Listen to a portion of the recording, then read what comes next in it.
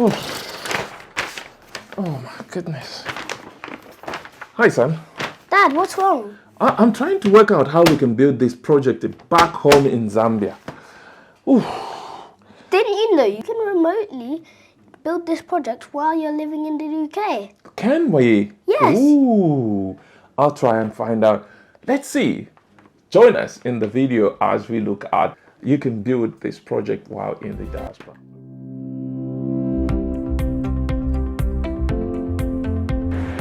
Dumela Vakayesu to my brothers and sisters in Botswana, South Africa, Makadin, to my brothers and sisters in Zimbabwe, Mwashibukeni kali mwayikarashani buno bushuku bwa lelo, to my brothers and sisters in Zambia. Lelo ne bonde kosandi umutende ngamuli umutende yoko lesale pala. To my brothers and sisters in Kenya, Ghana, Nigeria and the rest of Africa, and indeed the diaspora, welcome. Today is another interesting day, and where I am right now is South Hill Park. It's a brilliant, nice place, and I promise you I will take you on a tour of a lovely South Hill Park house that goes way back in history, and I'm not going to say much about that, but I will take you through that next time I am here. It is a beautiful place.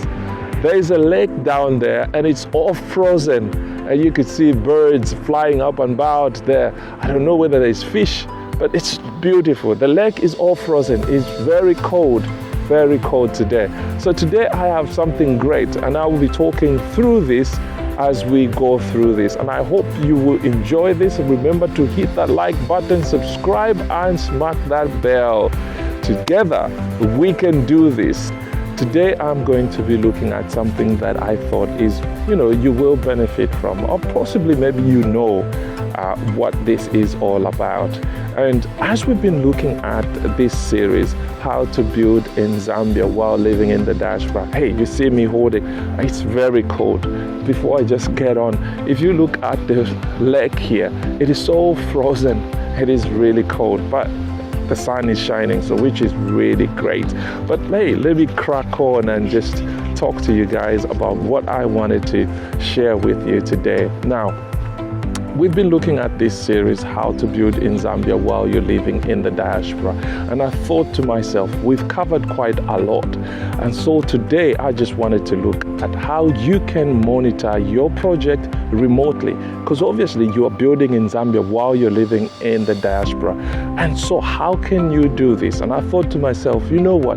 There are 5 things that you can do.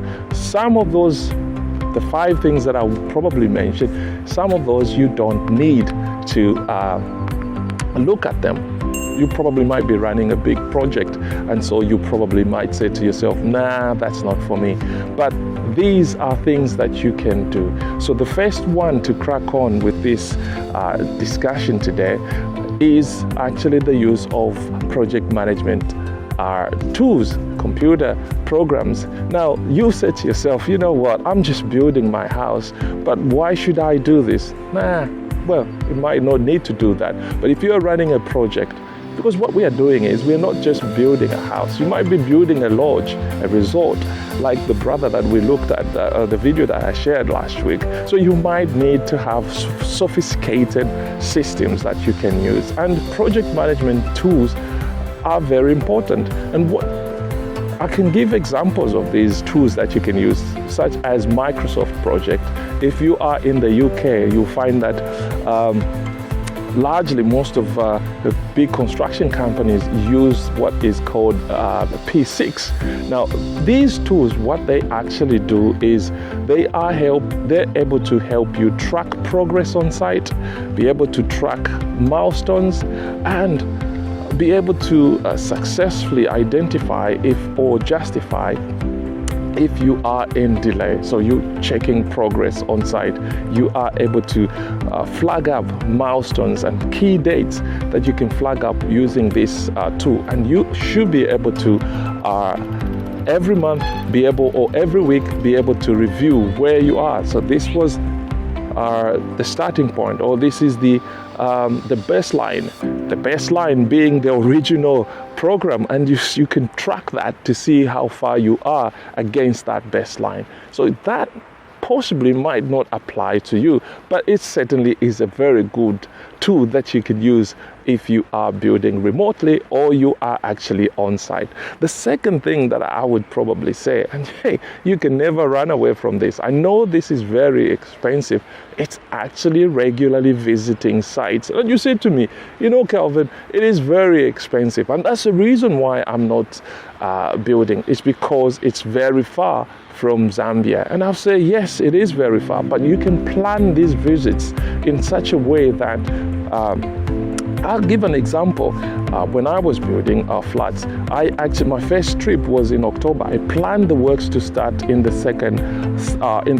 third quarter of the year. So in August, September, I visited Zambia, and then in January when we were doing the finishes. Now, the reason why you need to do this is because you need to go and see what's happening on the ground. Sometimes you will appreciate more and understand what challenges are there when you are on the ground. There's nothing that can replace visiting site. You have to plan and be able to do that. You don't need to be there every day or every month because it's really expensive. So you have to visit site at least once every year. That will help you achieve the goals that you have set for yourself. The third thing that I would say is video conferencing. Now, video conferencing, nowadays it is very cheap to actually call Africa. If you're using video conferencing to get in touch, to communicate with the subcontractors, to communicate with the contractors, suppliers, and everybody, you can actually use cheaper means nowadays that are there. You could actually use, for instance, you could use WhatsApp, which is really, really cheap, and you can actually use the video to be able to communicate with the people on the ground. And these are cheaper ways in which you can do this. Now, the reason why I will emphasize on using of obviously WhatsApp, it's not only because it's cheap, it will enable you to be on top of everything that is happening. You need to be regularly in contact with the people that are on the ground to see what's happening. You could have these calls every day with your subcontractors, with your contractors, with your project managers, so that you know what's going on. Now, the fourth thing that I will say to you, which you can use, is obviously by having these videos being sent to you, photos of what is actually happening on the ground. Now, there are so many things that will be happening on the ground, and you can ask anyone that is on site, your project manager, the contractors themselves, to send you regularly, every day, if it's possible, pictures of what is going on. And that is really important. And I'll give an example. For me, actually using photos has actually helped me so much that I actually pay so much attention to the photos, that I'm able to identify what is going on from the photos than the person that is actually on the ground. And because I am far away. So get videos. Make sure that somebody sends you videos every day. The last thing that I would say is, obviously, is the progress report. Now, you should have, or you may have, a project manager on site. Let them send you, whether it's every 2 weeks, or whether it's every week, or whether it's every month, a progress report. That will show exactly where you are and what is happening, and make sure that you ask all the questions that you have, to make sure that you understand, to make sure that what you want is actually being built correctly. And these are the 5 things that I wanted to share with you. But again, you can modify these things and to suit your circumstances.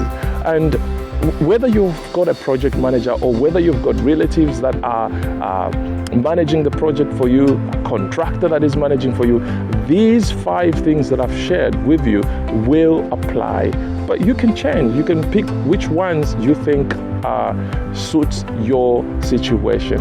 I hope you guys have enjoyed this video, and I will see you in the next video. But please remember to share all the videos that we've shared in this series, that I'm sharing in this series, and I see you. Remember to hit that like button, subscribe, and smack that bell, and I will see you in the next video. God bless you. Have a wonderful day.